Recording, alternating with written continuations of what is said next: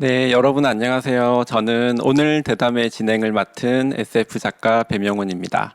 어, 오늘 여러분께 아주 귀한 손님을 소개해 드리게 돼서 굉장히 영광스럽게 생각합니다. 이분은요, 1999년부터 2006년까지 중국 과학소설계 최고 권위를 자랑하는 SF 은하상을 8년 연속으로 수상하셨고요. 특히 2015년에는 장편소설 삼체를 통해서 세계 최고 권위의 SF 문학상인 휴고상을 수상하신 분입니다. 류추신 작가님을 모셨습니다. 작가님 안녕하세요. 大家好，我是今天座谈会的主持人，叫裴明勋，是韩国的科幻小说家。那今天呢，我们请到了一位久闻大名的科幻大师。那这位呢，是在1999年到2006年呢，连续8年获得中国的科幻银河奖，而且呢，在2015年的时候，以长篇小说《三体》获得世界最高权威文学奖雨果奖。那这位就是今天我要介绍的刘慈欣老师。刘老师您好。你好，大家好。 안녕하십니까? 네, 저는 2018년에 그 북경에서 열린 아시아 태평양 SF콘에서 류추신 작가님을 멀리서 뵌 적이 있었습니다. 그때 직접 인사는 못 드렸지만 그 한국 SF 작가들을 소개한 작은 책자를 작가님의 매니저분께 전해드린 적이 있었거든요. 그런데 그 행사에서 그 류추신 작가님의 강연이 있었는데 그걸 보려고 몰려든 인파가 정말 대단했습니다. 그러니까 끝없이 늘어선 줄을 보면서 중국 SF가 얼마나 많은 사랑을 받고 있는지 실감을 하고 또 부럽기도 했습니다. 중국에서도 SF가 지금처럼 큰 인기를 얻기 시작한 건 비교적 최근의 일이라고 알고 있는데요. 이렇게 폭발적인 인기를 얻게 된 이유가 무엇인지 말씀해 주시면 고맙겠습니다. 刘老师，我在2008年在北京举行的亚太另一颗星球科幻大会上呢，曾经远远的见过您。那虽然呢当时没有机会跟您认识但是我将当时呢介绍韩国科幻小说家的那小册子呢送给您的工作人员，转交给您。当时呢，刘老师是在那场活动中进行演讲。听演讲的人呢是人山人海，那看到没有尽头的读者队列我亲身呢感到了中国科幻小说多么受欢迎，也好羡慕。那我想问一下，在中国科幻小说受到瞩目是最近的事情吧？那如此一跃而起的背景是什么呢？应该说是最近的事情吧。就是说因为在以前的话，中国的科幻小说它还是一个比较边缘的一个文学题材，比较边缘化的一个文学题材，它的读者和作者的人数都很少。中国的科幻小说受到注意，大概也就是最近，我想想，最近5、6年的事情吧。 네, 중국에서 SF 소설이 인기를 얻은 것은 최근의 일이 맞습니다. 예전에는 SF 소설이 변두리 문학 장르였고 SF 소설의 독자나 작가도 아주 적은 편이었습니다. SF 소설이 인기를 끌기 시작한 것은 최근 5, 6년 사이의 일입니다. 中国的科幻小说它突然受到注意的原因呢，我认为它首先就是最深层的原因，它就是一个大时代的原因，就是时代走到这里了，它就让中国的科幻小说获得了这样的注意。 네, 중국에서 SF 소설이 갑자기 인기가 폭발한 원인은 여러 가지가 있는데요. 그 중에서 이제 첫 번째 가장 이제 깊은 심층 원인이라면은 세대의 흐름이라고 볼 수 있습니다. 어떠한 세대의 흐름 때문에 중국의 SF 소설이 인기를 얻기 시작했다고 봅니다. 因为呢，中国社会呢，目前它正处于一个快速的这种现代化的进程之中，所以说目前我们所处的世界，就是中国人所处的周围的这个环境，它每天都在发生着巨大的变化。也正是因为如此呢，就是说让中国它成为一个很富有未来感的这样一个国家。 예, 중국의 사회가 지금 이제 급속하게 현대화 발전을 이루고 있고 또 세계 이제 주위의 환경도 거대한 변화가 일어나고 있습니다. 이런 이제 그 국제적 맥락 속에서 중국도 미래지향적인 사회로 되어 나가고 있는 것 같습니다. 也正因为如此呢，就是说，在这样一个环境下，就给这个科幻小说它的发展、它的繁荣，就提供了这种肥沃的土壤。 네, 바로 이러한 이제 환경 때문에 중국의 SF 소설이 성장하는 데 비옥한 이제 환경이 조성되었다고 봅니다. 这种情况很像那个上个世纪的30年代，美国的情况。在那个年代，美国的科幻小说就是被称为黄金时代，在快速发展。中国现在的情况与他们那个时候很相似。 就是说，这种大时代大的时代，把科幻小说，带到了公众的面前，让它很繁荣。 네, 이런 이제 변화는 20세기 30년대 미국 사회와 아주 많이 비슷합니다. 20세기 30년대 미국 사회는 SF 소설의 황금 시기라고 해도 될 만큼 지금의 이제 중국 사회가 미국의 그때 시기랑 아주 많이 비슷합니다. 바로 이런 세계적인 흐름과 환경 속에서 중국의 SF 소설이 지금 인기를 끌고 있다고 봅니다. 네, 중국 사회 변화가 어떻게 SF에 영향을 미치고 있는지 말씀을 해주셨는데 그 한국 작가들에게도 시사하는 바가 많을 거라고 생각합니다. 다음 질문을 이어서 할게요. 刚才您介绍了中国的社会变化，中国的大时代的变化呢，给中国的科幻小说的这种崛起呢，带来了很大的促进作用。那这呢，对我们的韩国的科幻小说界来说呢，也是很受启示。 네, 그 작가님이 예전 한 인터뷰에서 그 중국 독자들의 선호가 중국 SF에 미친 영향에 관해서 언급하신 부분이 재미있었는데요. 중국 독자들은 그 주인공이 갑자기 우주 한가운데 던져지는 이야기보다 현실에서 출발해서 점차 먼 우주로 나가는 이야기를 좋아하는 것 같다고 말씀을 하셨는데 한국의 사정도 비슷하다고 생각을 하거든요. 그러니까 크게 성장해 있는 현재 중국 SF에도 그 흔적이 혹시 남아 있을까요? 그리고 간단하게 정리하기는 어렵겠지만 중국 SF의 특징을 말씀해 주신다면 뭐라고 말씀하실 수 있을까요? 在以前的采访中呢，您谈到中国读者的喜好对中国科幻小说的影响，您曾经说到呢，中国读者更喜欢从现实出发，然后呢，逐渐走向宇宙的故事，而不是一下子就放到宇宙中间的那个叙事。那我觉得韩国呢也是比较类似。那在现在中国的科幻市场有了爆发性发展的情况下，这还是这样的一种特点吗？ 也许不容易呢，简单的概括。但是您觉得中国科幻的特点是什么？首先您说的这种就是从现实出发，一步一步的走到未来，走到这个宇宙太空中，这个阅读的这种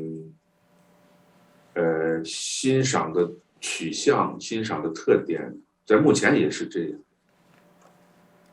네, 우선 이제 작가님께서 말씀하신 중국 독자들이 현실에서 출발해서 미래하고 우주로 이제 점차 발전해 나가는 그런 그런 유형의 SF를 좋아하는 이제 취향이 있다고 그러는데 지금도 중국 독자들의 취향은 여전한 것 같습니다. 我想这种阅读的欣赏取向，很可能它是这个。 科幻小说这样一个题材，它处于一个初步的一个初级阶段的这么一个读者的特点。 네, 이런 이제 독자들의 취향의 원인은 아마도 SF 장르가 이제 막 시작하는 단계에서 독자들의 가지고 있는 이런 특징이 아닐까 생각합니다. 这个时候的读者他不太适应那种就是与现实完全隔绝、完全脱节的那样，在时间和空间上特别遥远的那种想象力、那种想象世界。 이 시기의 독자들은 현실과 완전히 괴리된 아주 먼 시공간에서 갑자기 이제 상상되는 그런 일들을 별로 선호하지 않습니다. 但我相信，当这个科幻文学它有了充分的发展的话，它的读者就能够接受那种，就是说，更远离现实的、更空灵的那种想象、那种想象世界。 하지만 SF 소설이 이제 충분한 발전을 이룩하면은 현재 독자들도 현실과도 많이 떨어지고 아주 이제 가상적인 현실에서 발생하는 그런 사실들도 접수하게 될 거라고 생각합니다. 您提到的就是中国科幻小说的特点，这确实是一个很难回答的一个问题。 네, 선생님께서 말씀하신 중국 SF 소설의 특징은 한마디로 대답하기가 어려운 문제입니다. 因为中国的科幻小说，它并不是就是说，很简单的，就是像很简单的一个整体，它是一个有丰富多彩的、有各种风格的这个作品，组成的一个这个文学题材。它并不是它并不是由简单的单一的作品来组成。 왜냐하면은 중국의 SF 소설을 한마디로 간단하게 하나의 전체로 이제 얘기를 할 수가 없고 그 중에는 다양한 풍격과 다양한 특색을 가지고 있기 때문에 하나의 단일한 전체로 중국 SF 소설의 특징을 논하는 것은 어려운 일입니다. 中国的科幻小说它有着多种多样的风格，它的描写的题材也是丰富多彩的。 所以说，要说它的特点，确实很难用简单的几句话来把它说清楚。 중국 SF 소설은 이제 품격이 여러 가지로 다양하고 장르나 소재 면에서도 아주 이제 다양한 면모를 보이고 있기 때문에 간단하게 한마디로 하는 것은 어렵습니다. 如果我们非要谈的话，我个人认为，就是中国的科幻小说目前它，就它的这个特点来说，就它所描写的题材来说，它大概分为两个大类型。 네, 중국의 특징을 이제 한마디로 얘기하라고 한다면은 저는 이제 두 가지 유형으로 봅니다. 一种类型就是说，它继承了这个传统科幻小说的特点，它描写的题材也是传统的科幻小说中的那些题材，比如太空啊、外星人啊、机器人啊这些。 네, 한 부류는 전통 SF를 계승한 이제 SF 소설입니다. 특히 그 장르나 소재 면에서 우주 또는 외계인 아니면 이제 인공지능 같은 것을 많이 다루고 있습니다. 这样的科幻小说呢，它比较关注这个中国和全人类，在未来的发展，比较关注于人类，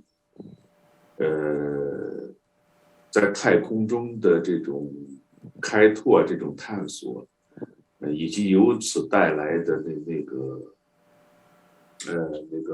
由此带来的各种未来的可能性。 네, 이런 부류의 소설들은 중국 또는 이제 전 인류의 발전에 주안점을 두고 있으며 인류가 이제 우주 속으로 나가서 개척하고 탐사하여 미래를 이제 찾는 그런 부류의 소설들입니다. 而另一种科幻小说呢，就是另一种类型呢，它可能，更加关注于这个我们现实中遇到的各种问题，就是试图从这个科幻的角度，而不是从现实主义的角度，来这个反映这些问题，来反映现实，来隐喻现实。 네, 다른 한불의 이제 SF 소설은 현실 속에서 일어나는 문제에 주안점을 두고 있습니다. SF라는 장르를 통해서 현실주의와는 다르게 현실 속에서 일어나는 문제들을 사고하고 다루고 있는 그런 이제 장르입니다. 在这个类型的中国科幻小说中呢，目前这个中国在发展过程中，以及整个全人类、全世界在发展过程中所遇到的各种问题都有所反映。 네, 이런 류의 이제 소설 작품 속에서는 중국 현대 사회 발전 과정 속에서 중국인들이 맞닥뜨린 문제나 또 전 인류가 해결해야 될 문제들을 다루고 있습니다. 你比如说环境污染问题，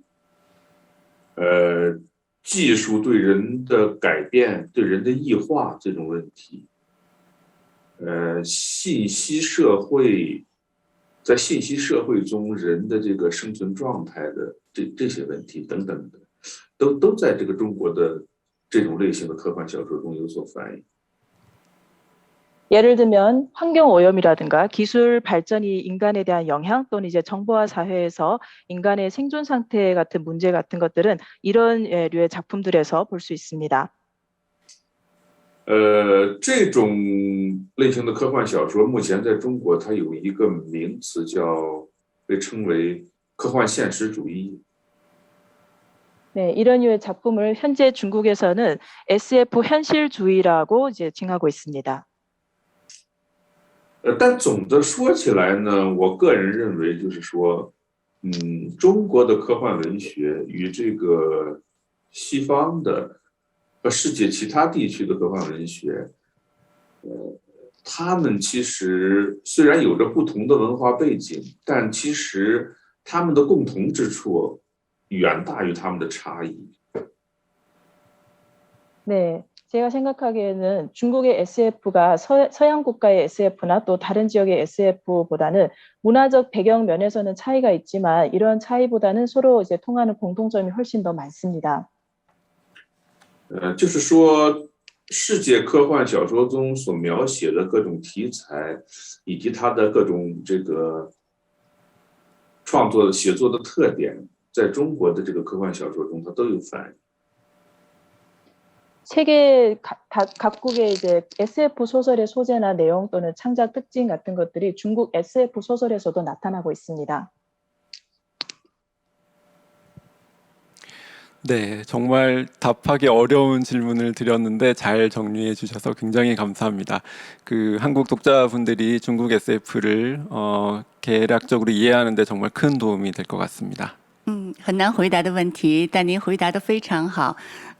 对我们韩国读者的了解中国的科幻小说呢，有非常大的帮助，非常感谢。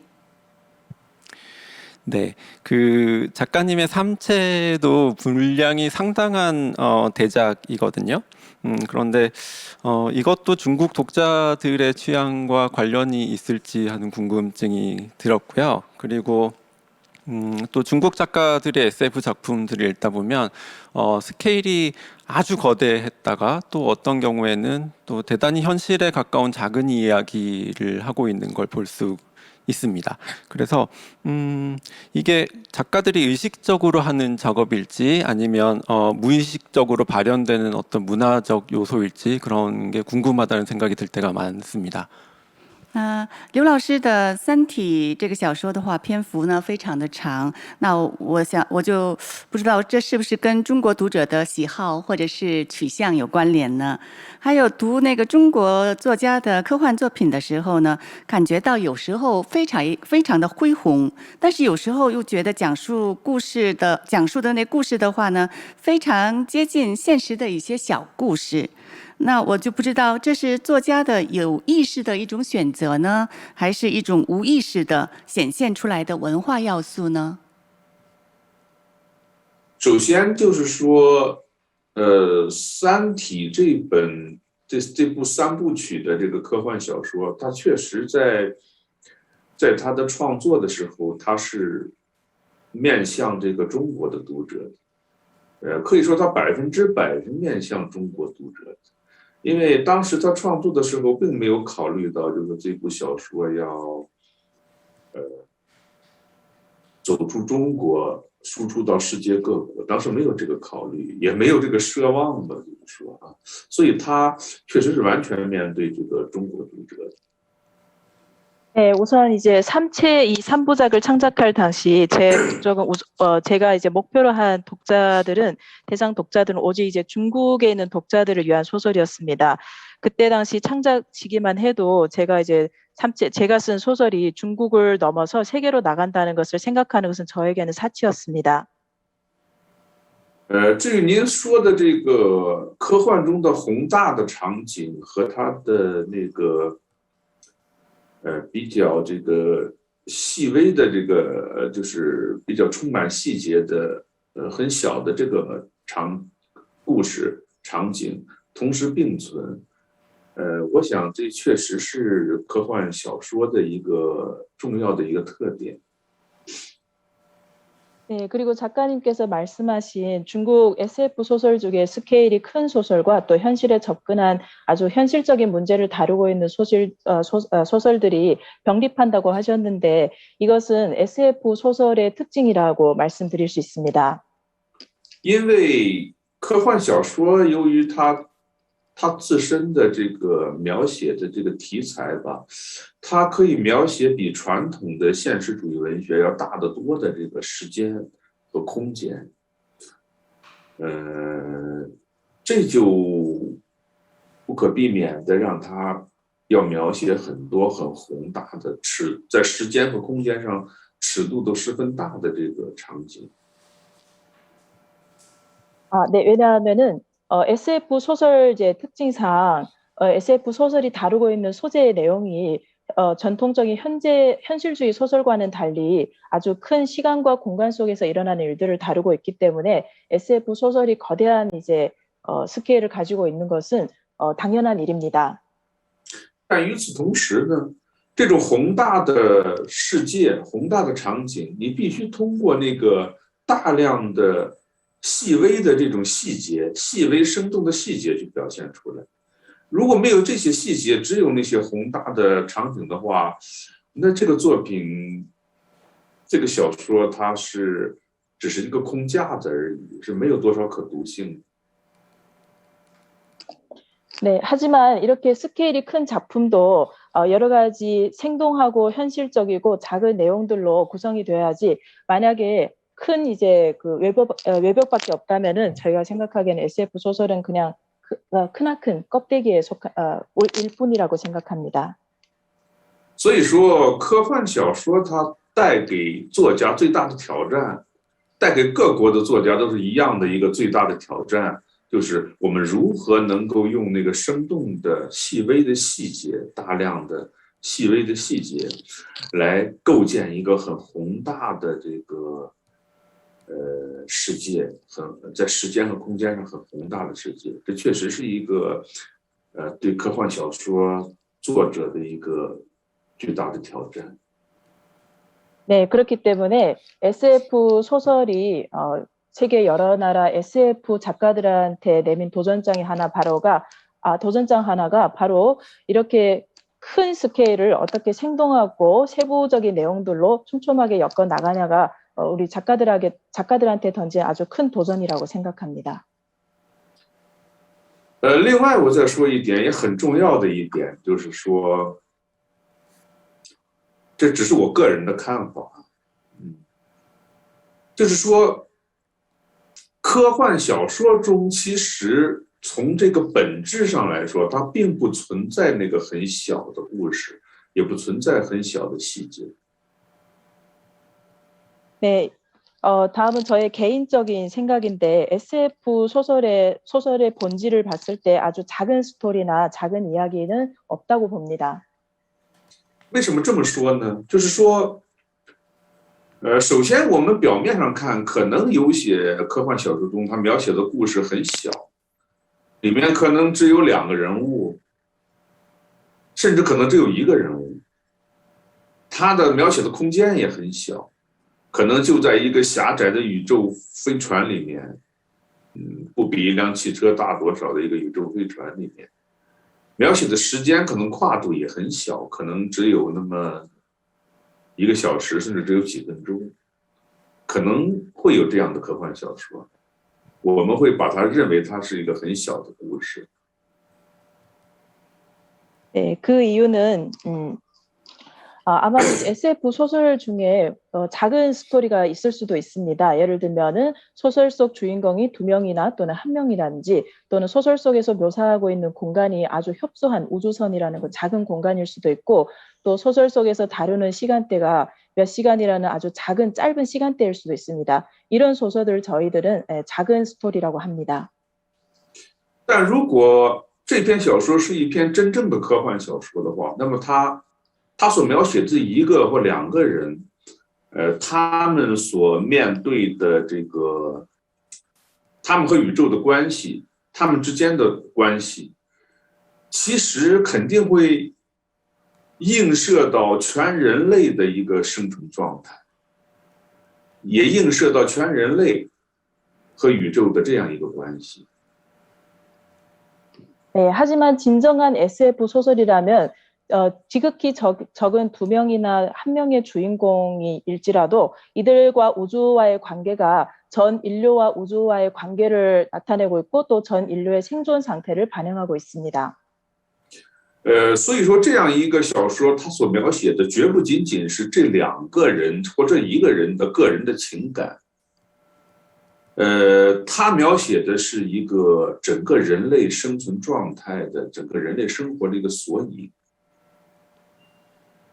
네, 때문에 이런 소설들은 기어코 이제 2사람이나 1사람의 개인적인 감정을 다루는 소설이 아니라 결국은 전 인류의 어떤 생존 상태를 다루는 소설이 됩니다. 所以说，从本质上说，它仍然是一个很大的故事。 때문에 본질적으로 봤을 때 이러한 이야기도 아주 큰 이야기고 거시적인 이야기라고 볼 수 있습니다. 所以这就是科幻小说的一个很奇怪的特点，就是你想让它的故事小，你都小不了。如果它是一个真正的科幻小说，你想把它写成一个小故事是十分困难的。你总能从那个小故事里面看到很大的东西。 이 점이 바로 SF 소설의 특이한 점이라고 할 수 있습니다. SF 작가가 아무리 작은 스토리를 쓰려고 하지만 결국은 이런 작은 스토리가 인류 전체와의 운명과 관련이 되면서 큰 스토리로 전개되게 됩니다.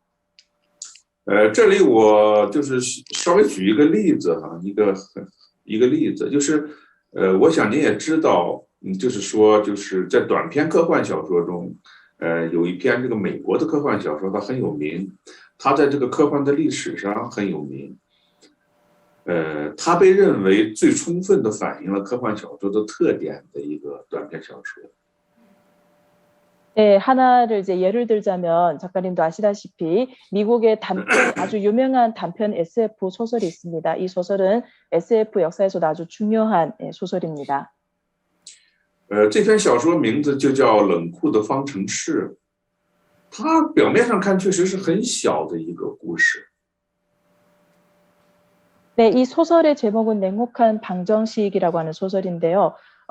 우리가 봤을 때는 아주 작은 이야기입니다. 它的全部人物只有2个人物。这2个人物都处在一艘很窄小的一艘那个。 就是刚才说的，比汽车也大不了多少的一艘宇宙飞船中。 네, 이 소설 속에 나오는 인물이 모두 2명인데 이 2사람이 처해 있는 공간이 차보다도 더 작은 아주 좁디 좁은 우주선이라는 공간입니다. 但他的这个故事，我就不具体的介绍了。他的这个故事却反映了这个人类生存的一个十分重大的一个命题，一个课题。 네, 제가 스토리에 대해서는 구체적인 소개를 하지 않겠습니다. 이 소설에서 다루고 있는 내용은 사실 인류의 생존과 관계되는 아주 중요한 명제이고 인류가 떠나야 할 과제입니다. 他提出了一个重大的、很宏大的问题，就是说，在我们人类社会的所形成的这个道德体系、价值观，到了宇宙空间的这个生存状态中，到了太空中的生存状态中。是否还能够适用？ 네, 여기에서 다루고 있는 문제는 인류 사회에서 적용되는 도덕 체계나 가치관이 우주라는 공간에 갔을 때 여전히 이제 유용한지 이런 것들을 사고하는 내용입니다.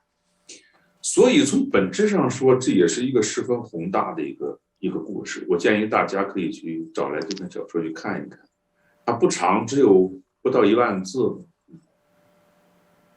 네, 때문에 본질적으로 봤을 때 이 소설은 비록 작은 소설이지만 아주 스케일이 큰 소설이라고 볼 수가 있습니다. 이 소설은 아마 10,000자 미만의 정도이기 때문에 여러분들이 기회가 되신다면 이 소설을 한번 찾아 읽어보시기 바랍니다. 네, SF 작가로서 정말 공감이 가는 이야기라고 생각하고요. 특히 말씀하시는 중에 그 전 세계 SF 작가들이 똑같은 과제를 받고 그 문제를 해결하기 위해 노력하고 있다고 말씀하셨는데, 그 한국 작가들도 역시 그 똑같은 문제를 해결하기 위해서 열심히 노력하고 있다고 생각을 합니다. 那作为科幻小说家的话呢，我也是完全同意您的观点。刚才你也讲到呢，全世界的科幻小说作家们也都面临了同一个挑战，韩国的科幻小说家们也是一样的，为了解决同一个问题，都在努力。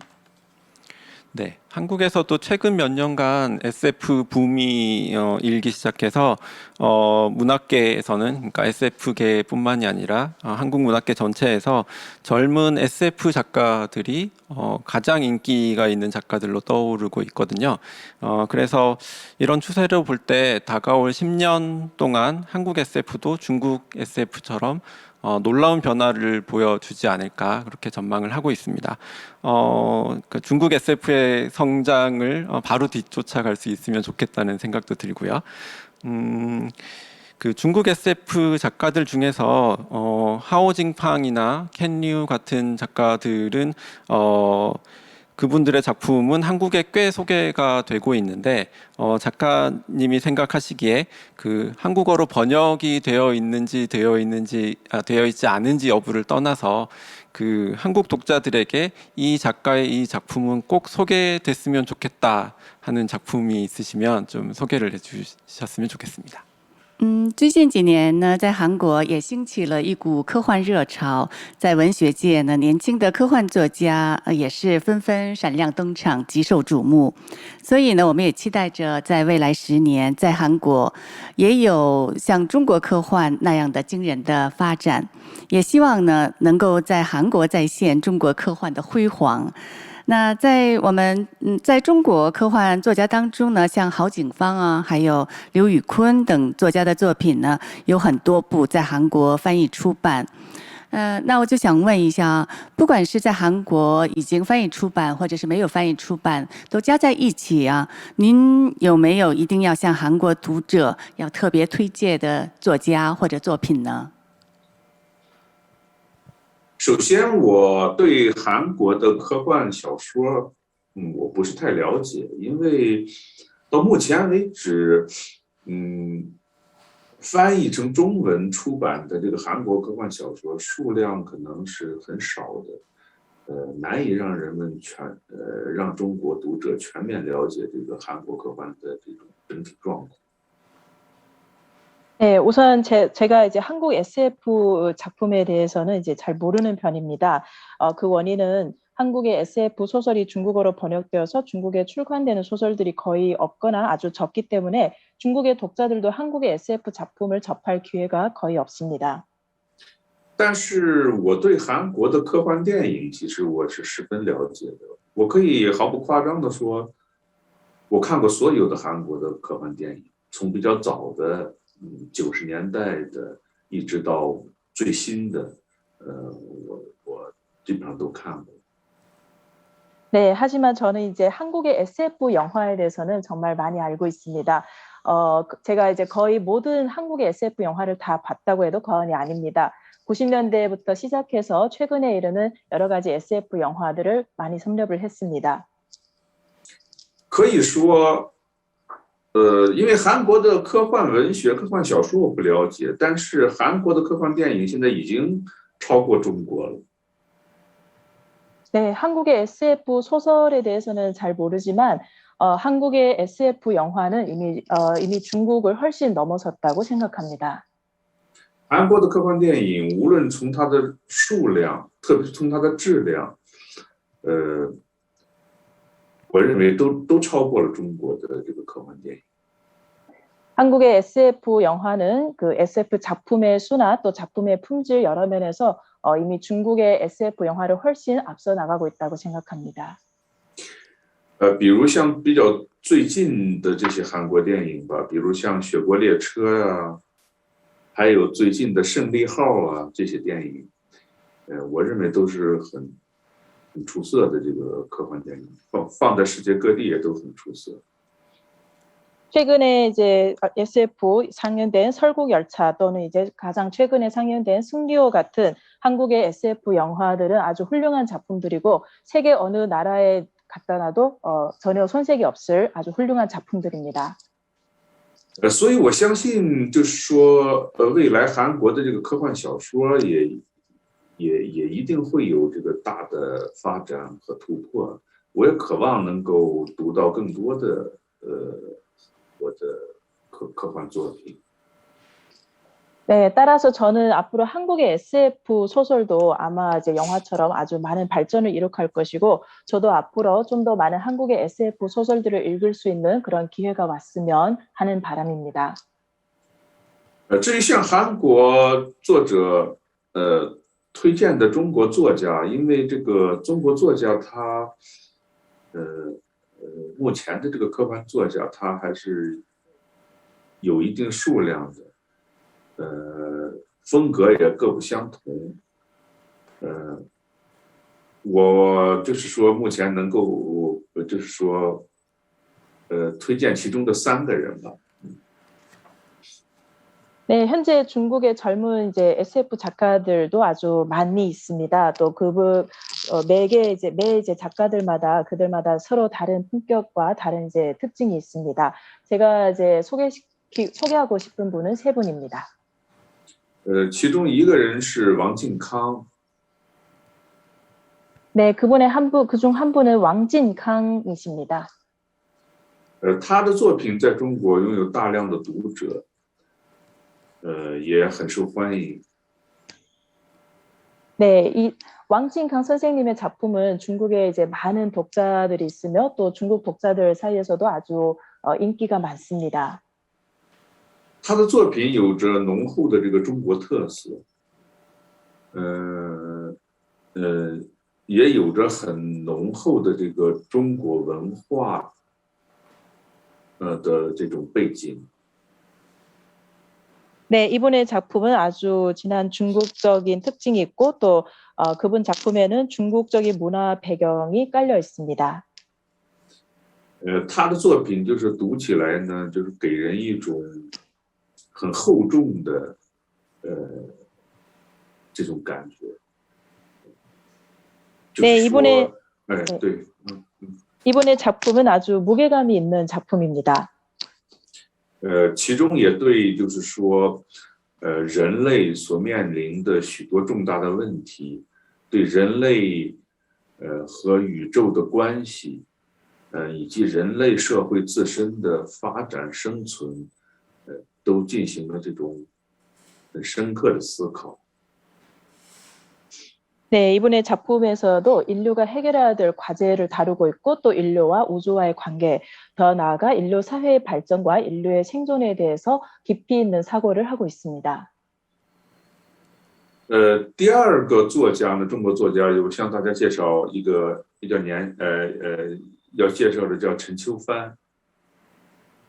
네, 두 번째로 이제 추천하고 싶은 작가는 전초판입니다. 他比较年轻，与王靖康相比。 네, 위의 작가와 비교했을 때 아주 젊은 작가입니다. 他的作品中间呢，就是很敏锐的，就是表现了、感觉到了和表现了这个现代化的发展给人带来的影响，对人的改变。 对生活的改变，他对这些是有很生动的表现。 네, 이분의 작품에서는 아주 예리한 성찰력으로 현대 사회 발전이 인간에게 미치는 영향과 인간 사회의 변화, 또 사회의 변화를 다루고 있습니다. 他的作品中就是对这个人类在这个环境污染的这种世界中，以及特别是在这个高度信息化的这种近未来的世界中的一种这个生存状态，有着很生动的多方面、多角度、多层次的这种描述。 네, 이번에 작품에서는 인류가 이제 맞닥뜨린 환경 오염이라든가 또는 이제 고도로 정보화된 시대의 인류의 생존 현황을 다루고 이런 여러 가지 문제를 생동감 있고 또 다각도적인 방면에서 다루고 있습니다. 我要介绍的第三个作家名字叫韩松。 네, 세 번째 작가는 한송입니다. 他的作品的特点就是，就是在文学方面，就是更倾向于文学性方面，就文学性比较强的作品。 네, 이분은 문학적인 특징이 더 강한 작품입니다. 이분의 작품은. 它有着我们很罕见的在科幻小说中很不常见的一个很独特的那种看世界的一个视角。 네, 이분의 작품에서는 우리가 이제 보통적인 SF 소설에서는 보기 드문 어떤 세계관이나 어떤 세계를 다루고 있습니다. 他的作品中充满着那种很怪异的、很黑暗的、就说很扭曲的这样的世界，这样的想象世界。 네, 이분의 작품 속에서의 세계는 괴이하고 어둡고 또 이제 여러 가지로 찌그러진 그런 세계입니다. 阅读他的小说确实是一种挑战吧，对读者来说。但是，他确实能够给这个读者带来我们以前没有经历过的，就是在科幻小说中很少见的这种震撼感。 네, 하지만 이분의 작품은 독자들이 읽기에는 좀 도전일 수는 있지만 이분의 작품을 통해서 예전에 전통적인 SF 소설에서는 접할 수 없던 새로운 시각이나 새로운 이제 관점들을 접하게 됩니다. 当然，中国还有其他许多的科幻作家，就是说每个人都有自己鲜明的这种特色特点，包括您刚才说的郝景芳也是我想介绍的，但 你已经提起了，我就不再多说了。我期望能有更多的就是中国作家的作品能够同韩国的读者见面。 네, 그 밖에도 중국에는 이제 우수한 훌륭한 SF 작가들이 많습니다. 금방 선생님께서 말씀하셨던 하오징팡 작가님도 제가 이제 추천드리고 싶었던 작가였지만 이미 한국에서 이제 책이 출간이 됐고 또 한국에서 인기가 있기 때문에 더 이제 얘기는 안 하겠지만 저는 좀 더 많은 이제 중국의 SF 작가들이 한국에 알려졌으면 좋겠습니다. 네, 한국 출판 관계자분들도 이 대담을 많이 지켜보고 계실 텐데요. 아마 선생님 말씀을 지금 관심 깊게 듣고 있지 않을까 생각합니다. 그래서 더 많은 중국 작가가 한국에 소개되고 한국 작가들도 중국에 소개될 기회가 어서 찾아왔으면 좋겠습니다. 이제 본격적으로 류추신 작가님에 관한 이야기로 넘어가 보도록 하겠습니다. 现在呢，我们韩国的出版界的朋友们呢，也在刚看了我们的视频对谈，所以呢，我希望通过您的介绍呢，以后有更多的中国的科幻作者呢，能够介绍到韩国来，也希望呢，韩国的更多科幻作者呢，能够介绍到中国去。好的，那下面呢，我们进入另外一个环节，我们要谈一谈刘慈欣作家。 네, 그 류추신 작가님의 경력을 보면 공학을 전공하셨고 특히 컴퓨터 엔지니어로 일하셨던 점이 이렇게 눈에 띄는데요. SF와 이어지기에 좋은 배경이고 또 지금도 그런 글들을 쓰고 계신다고 생각을 합니다. 하지만 그것만으로 설명되지 않는 작가님만의 특징들이 있는데요. 여러 번 말씀하셨지만 우주와 인간의 관계를 그리는 거시적이면서도 또 섬세한 안목, 그리고 문명을 바라보는 특유의 냉철한 시선 같은 것들인데요. 그 선생님의 이런 특징, 작품에 영향을 준 작가나 작품이 있을까요? 我看了一下您的个人经历啊，比较关注的是您是工科生，然后呢也特别做过电脑工程师。那您的这样的背景呢是非常有利于走进科幻世界，所以呢，我想您写了很多那些题材的作品。但是呢，仅靠这一点也不能完全说明您作品的特点。比如说，您描写宇宙与人的关系的时候，既恢宏大气又纤细逼真。还有看待那个文明的时候呢，有一种特有的冷静的视角。那您的这样的风格是受哪位作家或者是哪部作品的影响吗？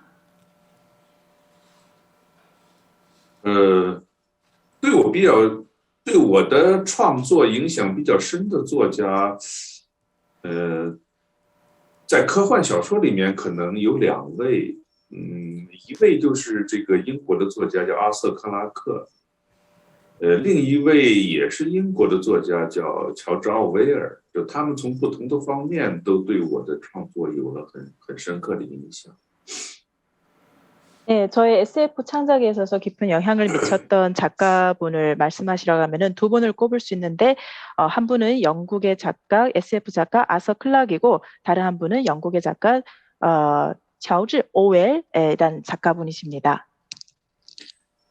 克拉克他用他的作品，就是说，像您刚才说的，他用很宏大的视角来描写这个人和宇宙的关系，同时也很好的表现了人在宇宙面前的那种敬畏感。 네, 클락의 작품에서는 아주 거시적인 시야로 인간과 우주와의 관계를 묘사하고 있고 인간의 이제 여러 가지 문제를 다루고 있습니다. 而这个奥威尔呢，他在他的像1984这样的作品中，他就给我们展示了如何通过这个科幻的视角来，反映，和表现这个人类社会。 네, 또 한 분의 작가 오웰은 1984 같은 작품에서 SF의 시각으로 인류 사회를 반영하는 그런 이제 모습들을 보여주고 있습니다. 至于说你提到我的职业，就是说他可能也对我的创作有一些影响，虽然并没有什么直接的影响，因为我从来没有写过我从事的这种职业和我从事的职业有关的这个科幻小说。 네, 저의 직업이 저희 SF 창작과는 큰 관계가 없다고 봅니다. 이제 왜냐하면은 제가 저의 직업과 관련된 그런 SF 소설을 쓴 적은 한 번도 없습니다. 但是另一方面呢，就是说，我的这个职业生涯长达30年的这种职业生涯，不可避免的就是让我的这个科幻小说中，它可能带有一种工程师的思维。 네, 하지만 제가 이제 30여 년 이런 직업에 종사했기 때문에 저의 SF 작품 속에서는 어쩔 수 없이 엔지니어징의 사고방식이 반영이 됩니다. 所谓的工程师思维，这个在科幻创作中可能并不是一个褒义词。 它可能被看作一个缺点，就是说它可能意味着这个科幻作品文学性的欠缺，可能意味着其中这个人物的这种性格的扁平化等等的。 네, 하지만 SF 엔지니어적인 사고방식이 SF 소설의 창작에 있어서는 결코 찬사가 아니라고 생각합니다.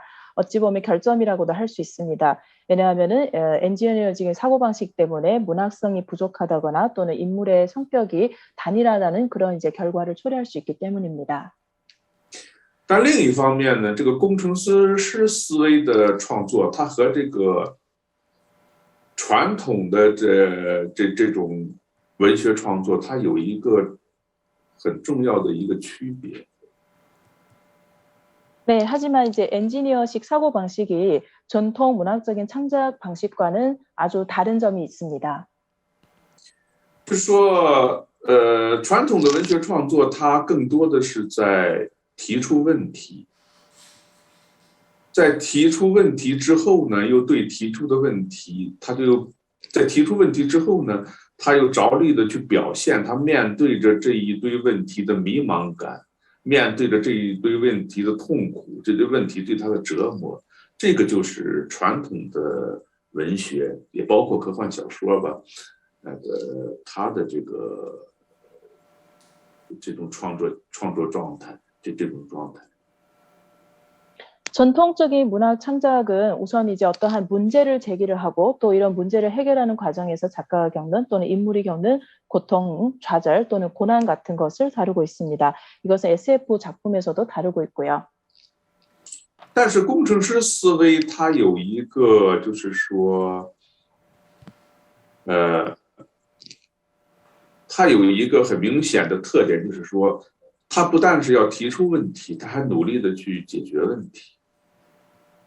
네, 하지만 이제 엔지니어식의 사고방식의 특징이라면은 선명한 특징은 일단 문제를 제기할 뿐만 아니라 또 그 문제를 해결해 나가야 할 그런 이제 임무도 있습니다.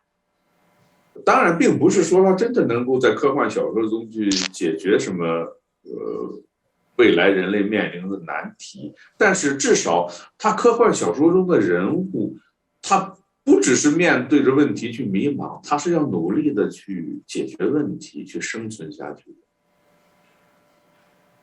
네, 하지만 이제 SF 작품 속에서는 미래 인류가 이제 봉착한 이런 난제를 해결해야 되는 그런 이제 책임을 떠안고 있습니다. 그래서 미래 인류가 봉착한 난제가 나타났을 때 그 앞에서 주저하지 않고 그런 것을 최대한 해결하려고 합니다. 这两者是有很大不同的，因为我们提出问题，我们就很容易就是说，就是提出问题和解决问题，它两者是有很大不同的。提出问题的话，我们很容易对这个问题做出道德上的判断，它是好还是坏，这很容易。但是解决问题却困难得多。首先，它解决问题，它依靠的不是道德判断。 它依靠的是理智，是理智的思考。 네, 하지만 이제 문제를 제기하는데 이런 문제 제기를 하는 이제 방식이 아주 다릅니다. 문제를 제기하는 것은 아주 쉽습니다. 왜냐하면 도덕적 판단을 하기가 쉽기 때문입니다. 하지만 문제를 해결하는 것은 도덕적인 판단에 의지하는 것이 아니라 인간의 이성에 의지해야 되기 때문에 좀 어려운 문제입니다. 在科幻小说中所表现的那种巨大的灾难、那种极端的环境中，解决问题的理智思考，它很可能就违反了我们所公认的这个道德观、价值体系，很可能会有这种违反的状况。 네, SF 작품에서 아주 큰 재난에 매림했거나 또는 이제 극단적인 환경에 처했을 때 이성적인 사고 방식으로 문제를 해결해야 되는데 그때 도덕적인 가치를 위반할 수도 있습니다. 这个就把这个科幻小说的读者就带出了他思维的那种舒适区，有时候甚至让他们会很不舒服、很反感。 네, 바로 이러한 특징 때문에 SF 소설을 읽는 독자들은 작품을 읽으면서 아주 어떤 반감을 느낄 수도 있습니다. 这就是包括我这类的，就是有着那种工程师思维的那种科幻小说的一个特点。 이것이 바로 엔지니어식 사고 방식을 가지고 있는 이제 SF 작품의 특징이라고 할 수 있습니다.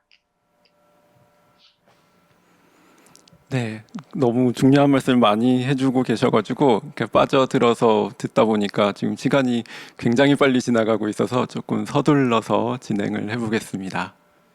因为您讲的内容啊都非常的重要啊，所以呢我都听得有点入迷了，时间呢过得很快呀，那我们也要节省一下时间，我们要稍微快一点进行。 네, 저는 삼체 시리즈의 첫 권을 읽었을 때 그 정말 독특하고 충격적인 작품이라고 생각을 했거든요. 이게 전혀 전통적이거나 전형적이지 않은 플롯을 지닌 이야기였기 때문이고요.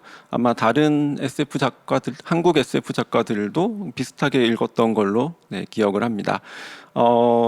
그 뒤에 이어진 두 권까지 합쳐서 이 삼체 시리즈가 한국어로는 거의 2000페이지 정도 되는 대작인데 저는 이 시리즈를 거의 다 읽을 때까지도 이 이야기의 다음 흐름이 어떻게 될지 전혀 예상을 못했거든요. 그러니까 물론 이게 그러니까 작가님이 책에서 이렇게 제시한 규칙들이 시종 일관성 있게 지켜지고 있기 때문에 이 산만한 우주를 그린 작품이라는 이야기는 전혀 아니고요. 그보다는 마치 소설 속의 미래사를 독자들이 직접 살아가듯이 그러니까 계속해서 예측할 수 없는 미래와 마주치는 이야기라고 생각을 했습니다. 그래서 그 류치신 작가님이 만약 이 작품을 직접 소개하신다면 어떻게 요약해서 정리할지가 하실지가 궁금했습니다. 我呢读到《三体》的第一集的时候，第一部的时候，我当时就觉得这是一部非常独特，而且呢也是很有冲击力的作品。整个的故事情节呢打破了传统的结构。那韩国的很多科幻作家呢也是这么想。那后续的两部呢加在一起啊，在韩文版达到2000多页，可以说这个三部曲的话呢，可以说是大型的作品。 那读这个作品的时候啊，一直读到第3部，快到结尾的时候，我也是完全不能够预测故事情节会走向哪里。那当然了，书中所提出的那些规则呢，始终如一的贯彻前后。所以说，这个作品不是说是一个非常散漫的宇宙小说，但是呢，而是呢，读者呢仿佛身处小说中的未来世界，面对不可预测的未来那样。 所以，如果让刘老师亲自介绍这部作品的话，您是想如何介绍呢？我想说，就是这部作品，它是，主要是描写这个，人类与这个外星人相互接触的这个一段想象中的未来历史。 네, 저의 작품은 인류와 외계인이 접촉하는 미래의 어떤 역사를 상상력으로 나타내고 있는 작품입니다. 它描述了就是这个人和外星文明接触多种可能性里面的一种，而这是一种最黑暗的、最糟糕的一种可能性。 네.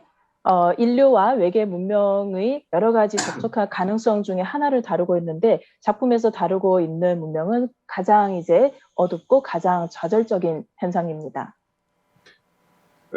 它也描述了就是人类，在整个这段历史中、这段未来史中所经历的这种失败，所经历的这种灭绝。 太阳系的灭绝，以及最后人类如何在这个银河系更大的空间里面，延续自己的生存。 네, 작품은 인간이 외계인과의 접촉 과정에서 여러 번의 거듭되는 실패를 거치면서 결국에는 태양계에 멸망하고 또 결국에는 더욱더 큰 은하계라는 큰 공간에서 생존을 유지해 나가는 모습을 다루고 있습니다. 所以要用一句话来说介绍这本书，我就说它就是描写，人和外星文明接触的一种最黑暗的、最糟糕的一种可能性，一种未来的可能性。 네, 한마디로 요약하자면 이 작품은 인류와 외계 문명이 서로 이제 접촉을 하면서 가장 비참하고 가장 암흑한 그런 미래의 현상을 다루고 있습니다. 네.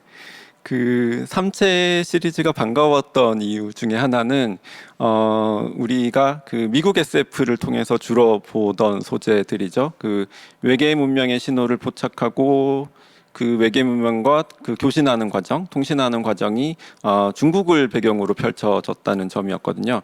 이게 한국 작가들도 무대를 한국으로 바꿔서 비슷한 작업을 하고 있기 때문에 이게 반가웠다고 생각을 하는데요.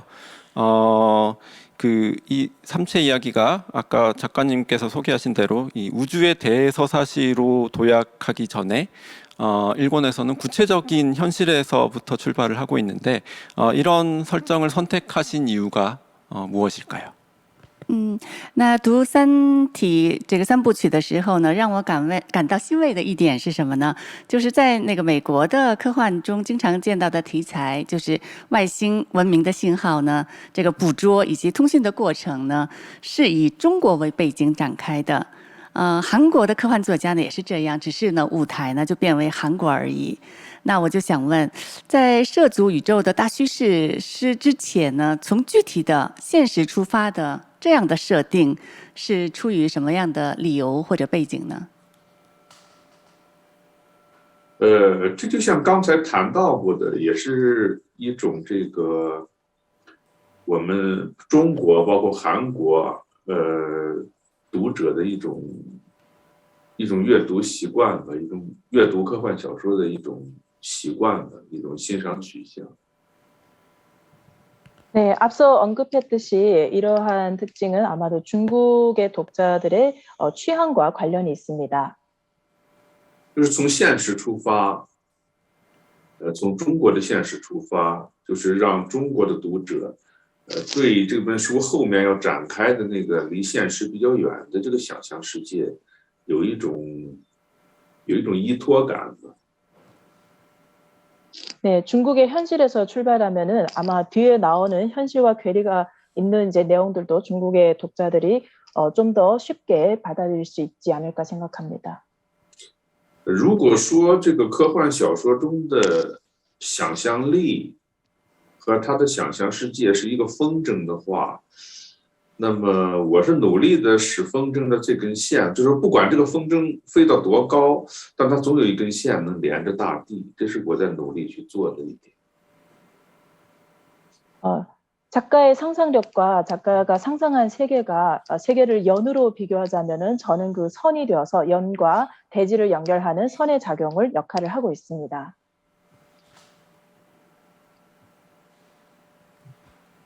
네. 그 삼체 시리즈의 2권의 주인공에 해당하는 러지와 3권의 주인공은 청신은 그런 인류가 맞닥뜨린 위기로부터 인류를 구원하는 무거운 짐을 짊어지고 있는데요. 이 두 인물들은 사실 그런 역할을 하기에 적합한 영웅으로 보이지는 않습니다. 둘 다 처음에는 큰 기대를 받으면서 등장을 하게 되지만 곧 공감하기 힘든 실수를 저지르기 시작하고 그리고 완전히 실패라고 부를 수 있을 만한 결과를 초래하게 됩니다. 그러니까, 하지만 충분히 오랜 시간이 지난 다음에는 결국 그 가장 듬직한 주인공들이 되어 있곤 한데요. 주인공들이 이런 부침을 겪는 동안에 인류도 그러니까 지구인들도 마찬가지로 낙관하고 실패하고 바닥을 드러내 보이고 다시 전진하는 모습을 보여주고 있습니다. 그러니까 이런 인물들과 인류를 바라보는 소설 속 작가의 태도를 생각해 보면 이게 비정하다고 해야 될지 그러면서도 또 어떤 그 이면에는 인류에 대한 깊은 애정을 담고 있다고 해야 될지 좀 궁금했었거든요. 작가님의 의견은 어떠신지 여쭙고 싶습니다. 那我看那个《三体》的第2部的主人公呢，是一个是罗辑，还有第3部的主人公呢是程心。那这2个人物的话呢，是承担拯救人类重担的人物啊。但是他们呢，其实不是适合这个角色的英雄。两人登场的时候，刚开始的时候是被人们寄予厚望，但是呢，因为他们很快弄出很多难以理喻的问题啊，拿出了甚至可以说是完全失败的结果。但是呢，时间过了很长时间之后呢，又最终成为深受信赖的主人公。在这个主人公呢这番起起伏伏的过程当中呢，人类也是和他们一起啊，乐观的期待，还有失意，陷入谷底，再重新前进。看待这些人物和人类的这个小说中的作家的态度，您说是无情呢，还是其背后是对人类的一种深情呢？是一种什么呢？什么样的感情呢？首先，对这个问题我不是太理解，我怀疑提这个问题的读者他是不是看过这本，完整的看过这个小说。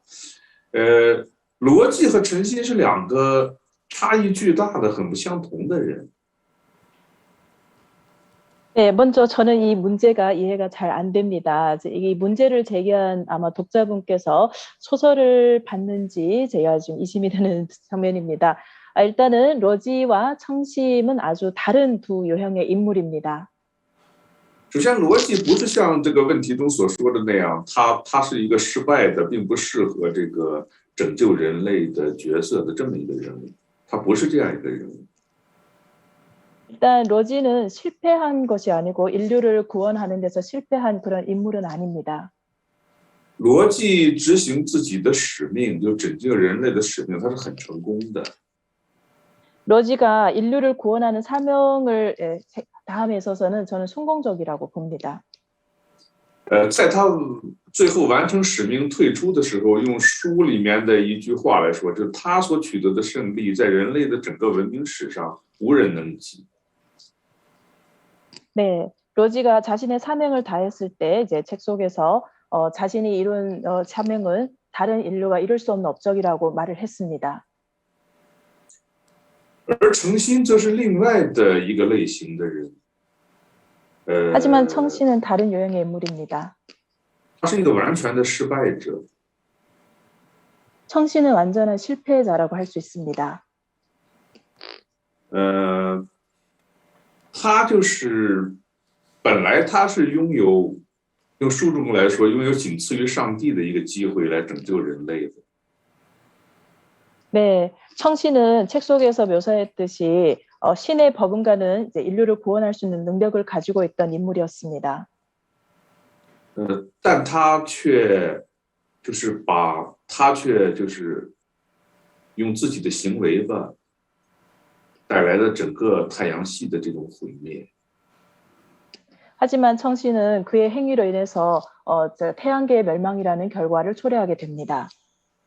陈鑫的问题就在于，在他的意识深处，他认为宇宙中或整个人类历史上是有某种绝对的正确的那种道德观和价值体系的。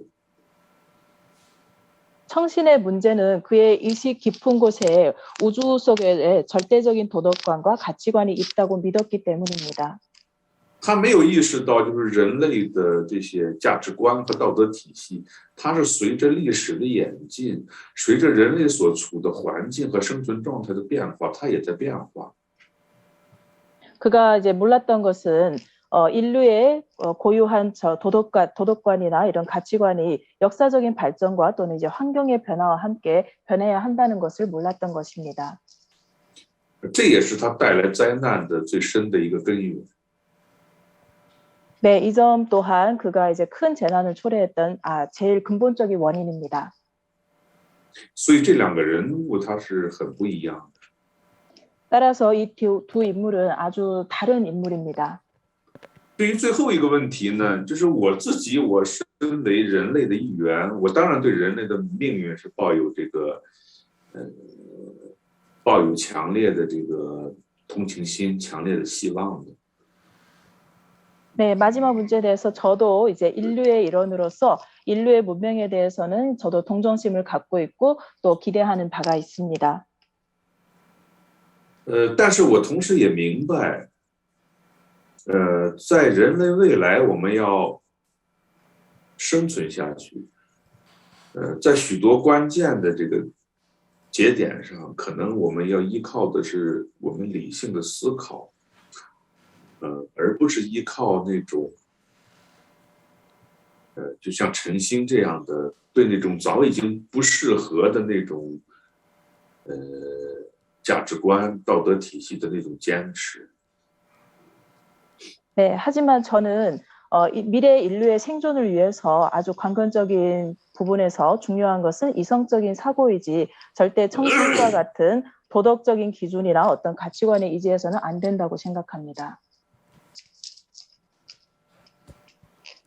네, 제가 준비한 다음 질문에도 답해 주실 수 있는 답을 해주셔서 그 다음 질문으로 바로 넘어가 보겠습니다.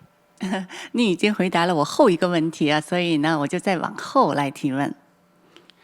네, 삼체인은 태양계를 공격하는 외계인이지만 이 소설에서는 이 소설에서 초점을 맞추고 있는 것은 이 외계인이 어떻게 생겼나 하는, 그러니까 어떻게 생긴 외계 생명체인가 이런 부분이 아니고 이 삼체인이 외계 문명이라는 점에 주목하고 있는 것 같습니다.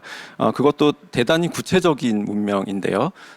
같은 맥락에서 제3의 외계 문명들, 그러니까 어둠의 숲 이론을 통해서 입증된 제3의 외계 문명들은 존재한다는 사실만 입증됐을 뿐 사실 모습조차 거의 보이지 않는, 나중에 한 챕터 정도에서 그 모습이 나오고 있는데 그 모습이 거의 보이지 않는 외계인들입니다.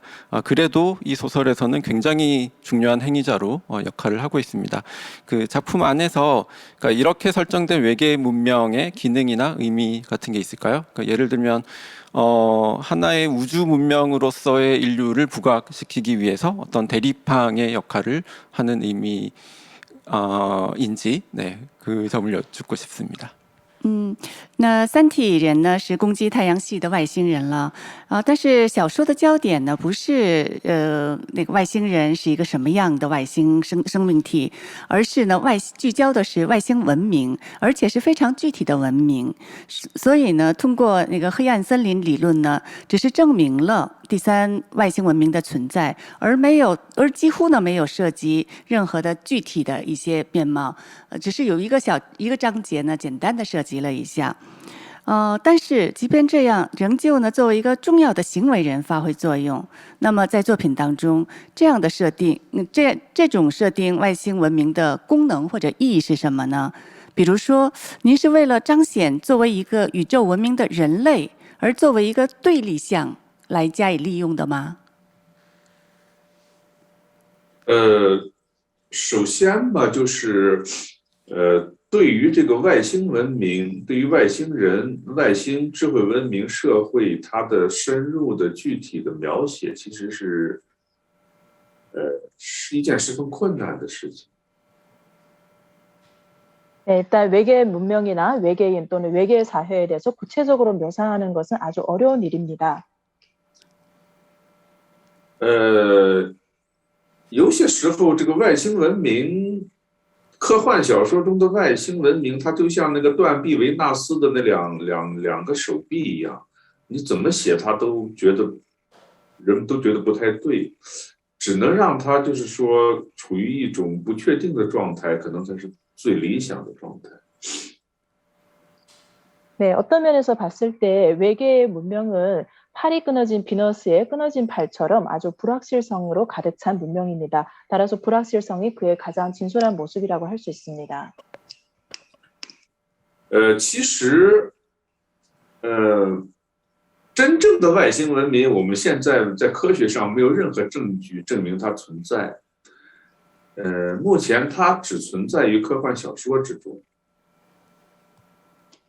진정한 외계 문명은 과학적 근거가 없으며 또 외계 문명이라는 것은 SF 장르 속에서만 존재합니다. 科幻小说中的外星文明呢，现在它的描写，与其说它是对一种遥远的异类生物的，就是遥远的智慧文明的描写，它还不如说就是大部分都是从本质上其实是人类社会自身的一面镜子。 SF 소설 속의 외계 문명은 머나먼 거리에 있는 생물체를 묘사하고 있고 지혜를 가진 생물체인데 본질적으로 봤을 때는 인류 사회를 반영하는 거울이라고 할 수 있습니다. 但是不要误解我这种说法，我说它是一面镜子，并不是说科幻小说中的外星人就和人类很像。 하지만 저의 말을 오해하지 마시기 바랍니다. 제가 말하는 이제 거울이라는 말씀은 인류 사회나 외계 문명이 아주 비슷하다는 이야기는 아닙니다. 而其实我们在科幻小说中，恰恰从这种人类和外星文明之间这种巨大的差异方面，来更深的体会到了我们人类自身的就是某些东西。 하지만 SF 소설 속에서 묘사하고 있는 인류 사회와 외계 문명의 거대한 차이는 인류 자신을 좀 더 이제 정확하게 알 수 있는 그런 이제 계기입니다. 所以说我们现在对外星文明的描写，其实，确实是以这个人类和人类社会，作为它的这个模板的，这个是一件不可避免的事情。 네, 따라서 소설 속의 외계 문명의 모티프는 인류 사회, 인간 사회입니다. 이것은 어쩔 수 없는 문제입니다. 为什么说它是不可避免的呢？因为假如我们真的用一种完全符合这种科学预测的这种想象力，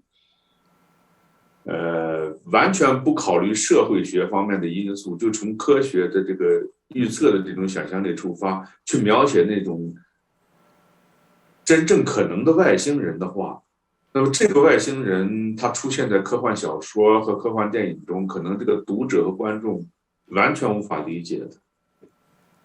네, 이것이 불가피한 이유는 완전한 과학적 예측에 100% 맞는 상상력을 발휘하고 오히려 이제 사회학적인 측면을 고려하지 않은 외계 문명의 모습은 이런 이제 SF 소설이나 영화 속에서 나오는 모습을 독자들이 봤을 때 독자들이 이해가 할 수 없는 그런 문명입니다. 事实上，从这个科学的角度来推测，将来我们人类第一次遇见外星人，我们的遇到的第一个挑战、第一个困难，可能是我们想象不到的。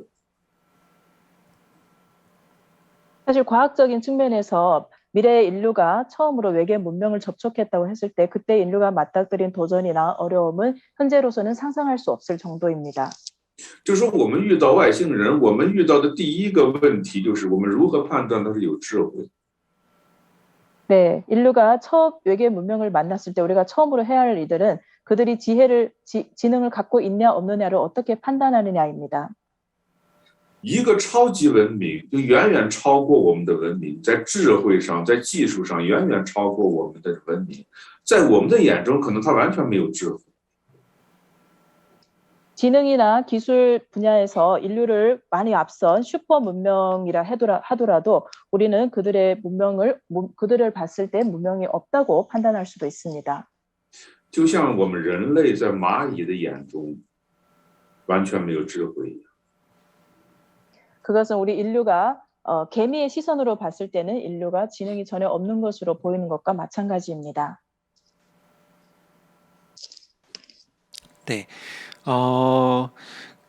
그런 관점에서 외계 문명을 통해서 인류 문명을 돌아보게 된다고 하셨는데 아주 긴 시간이 흐른 뒤에 좀 SF적 가정이지만 이 거대한 우주에서 인류는 결국 어떤 문명으로 살아남을 수 있을까요? 그리고 인류 문명이라는 공동체의 관점에서 생각할 때 과연 어떻게 남는 게 좋은 문명으로 살아남는 걸까요? 刚才呢，你也讲到呢，通过外星文明呢来审查人类的文明。那在漫长的时间以后呢，在这巨大的宇宙世界，您觉得人类还能作为优秀的文明存在吗？或者从人类文明共同体的观点来看，什么样的情景是一种最好的情境呢？ 首先就是说我有这样一个信念，就是说我认为人类是有这种在宇宙中延续下去、生存下去的这种可能性的。就一直是延续到宇宙末日的这种可能性，我认为是存在的。 일단 저의 신념이나 저의 믿음을 말씀드리자면은 저는 인류 문명이 우주 종말까지 지속적으로 존재할 가능성이 있다고 생각합니다.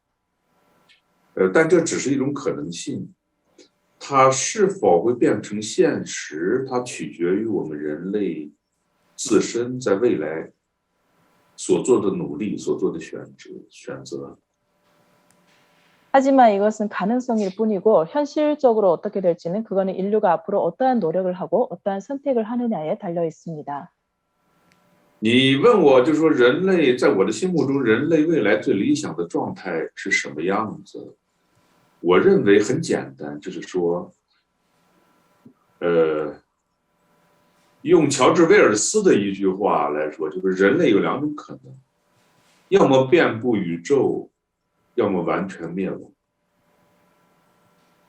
네, 저의 이상적인 인류의 미래의 이상적인 모습을 얘기하라고 하면은 웨일즈의 말을 빌리자면 인류는 전 우주에 넓게 퍼지거나 아니면은 인류는 멸망할 것입니다. 威尔斯的这句话的关键之处在哪呢？你注意到他说了人类的两种状态，要么遍布宇宙，要么完全灭亡。这两种状态之中是没有中间状态。 웨일즈 이 말의 포인트는 인류의 두 가지 상태, 즉 이제 우주에 넓게 퍼지거나 완전히 멸망하는 상태, 두 가지 상태만을 얘기하고 있을 뿐 그 중간 상태는 언급하지 않고 있습니다. 就说没有这样的状态，就是我没有遍布宇宙，我就在地球上，在我的母亲星球上长期延续生存下去。 즉 그의 말을 빌리자면은 인류는 우주에 퍼지지 않지만 또 지구라는 이런 제한된 공간에서 이제 계속 생존해 나가리라는 법은 없습니다. 这个可能性从长远来看，这个可能性很小。 아주 기나긴 미래에서 봤을 때 아마 이런 가능성은 아주 희박할 겁니다.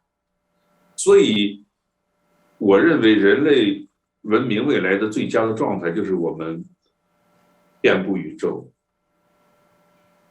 따라서 저는 인류 미래의 가장 최적의 상태는 우주에 널리 퍼지는 것이라고 봅니다. 就像刚刚上映的这个，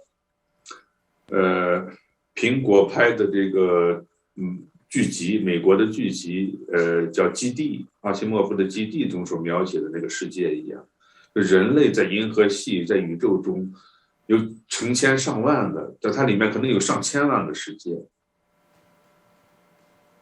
네, 바로 미국의 이제 기지라는 작품에서 봤듯이 인류 문명의 미래는 아마 우주에 여러 개, 수천 개 내지 많은 이제 기지를 만들고 있을 것입니다. 这些世界中可能有一些世界因为巨大的灾难不可避免的灭亡了，但是肯定还会有其他的世界继续生存下去，继续在宇宙中扩展。我认为这个是人类文明能够达到的一个最佳的、最美好的状态。 이런 수많은 세계들 중에 아마 그 중에는 멸망하는 세계도 있을 거고 하지만 계속 생존해서 확장을 해나가는 세계도 있을 겁니다. 저는 생존해서 확장해 나가는 것이 인류의 가장 최적화된 미래의 모습이라고 생각합니다. 换一个说法来表述我的看法，就是说，无论我们未来的地球，我们把地球建设的多美好。 无论我们未来地球的人类社会达到了怎样一种完美的状态，无论我们未来地球的文明、我们的文化，达到了怎样的辉煌，我们创造了怎样的美好的乌托邦，只要未来的地球它没有进行宇宙开拓，没有太空旅行，那么它的未来都是暗淡的。 즉 미래의 지구가 얼마나 아름답고 아무리 이제 완벽하든 간에 또 지구 문명이나 지구 문화가 휘황찬란해지고 또 유토피아적인 사회를 구성하든 간에 인류가 우주를 개척하지 않고 우주로 나가지 않는다면은 아마 암흑한 세계가 될 것입니다. 네, 지금 마무리할 시간이 거의 다 돼가고 있는데요. 혹시 작가님 지금 준비하고 계신 작품이 있는지도 여쭤보지 않을 수가 없을 것 같네요. 류츠신 작가님의 다음 우주는 또 어디에서 펼쳐질까요?我们的话呢，就马上就要进入尾声了，但是呢，还是一定要问一个问题，就是目前你有什么正在准备的作品吗？还有刘老师的下一个宇宙是从哪里展开呢？目前就是说有很多可以选择的方向的写作。我想我未来可能描写一些与这个《三体》中间不太一样的、不相同的那些世界。 네, 현재 지금 고려하고 있는 선택이나 또 방향은 여러 가지가 있습니다. 아마 앞으로 삼체와는 다른 다른 모습의 소설을 쓸 것 같습니다. 네, 마지막으로 힘든 시기를 겪고 있는 지구의 독자들에게 그리고 특별히 이 대담을 지켜봐주고 계신 한국 독자들에게 격려와 위로의 말씀을 부탁드리겠습니다. 那最后呢，请您向正在经历地球磨难的读者们，特别是正在收看我们对谈的韩国读者们，讲几句话。韩国的读者们，大家好，很高兴今天能和大家见面和交流。我希望呢，首先我很感谢你们能够读我的小说，从这些小说里面呢，你们能够感觉到，中国人对未来，对太空、对宇宙的这种想象和展望。我希望呢，我的作品能够启发您的想象力，让您对这个人类的未来有着更多的关注。当然也希望我的小说能够给你带来更多的快乐。这里再次谢谢大家。 네, 한국의 독자 여러분, 오늘 이렇게 만나서 교류의 장을 갖게 되어 정말로 기쁩니다. 일단 한국의 독자 여러분께서 저의 소설을 읽어주셔서 정말로 감사합니다. 여러분들도 아마 저의 소설을 통해서 중국인이 미래나 우주에 대한 상상을 보실 수 있을 겁니다. 여러분들께서 저의 소설을 통해서 상상의 나래를 마음대로 펼치고 또 더 인류의 미래에 대해서 더욱 많은 관심을 가져주시기를 바랍니다. 그리고 여러분들이 저의 소설을 읽어주셔서 참으로 기쁩니다. 네, 귀한 말씀 감사합니다. 好，谢谢刘老师。 也谢谢你，谢谢主持人。 지금까지 감사합니다. 네. 네, 지금까지 류츠신 작가님과 이야기를 나눠봤습니다. 이 방송을 보신 여러분 모두에게 즐거운 시간이었기를 바랍니다. 귀한 시간 내주신 류츠신 작가님 그리고 함께해 주신 여러분 모두 감사드리고요. 저희는 이제 아쉬운 작별의 인사를 드려야 될 것 같습니다. 여러분 모두 건강하시고 안녕히 계세요. 好，以上呢是我们和刘慈欣作家的对谈活动。非常感谢大家，我相信呢，大家通过这段的对谈也感到非常的快乐吧。那再次呢，非常感谢抽出宝贵时间参加对谈的刘慈欣作家刘慈欣老师。那我们现在就要说再见了，祝大家身体健康，阖家幸福。再见。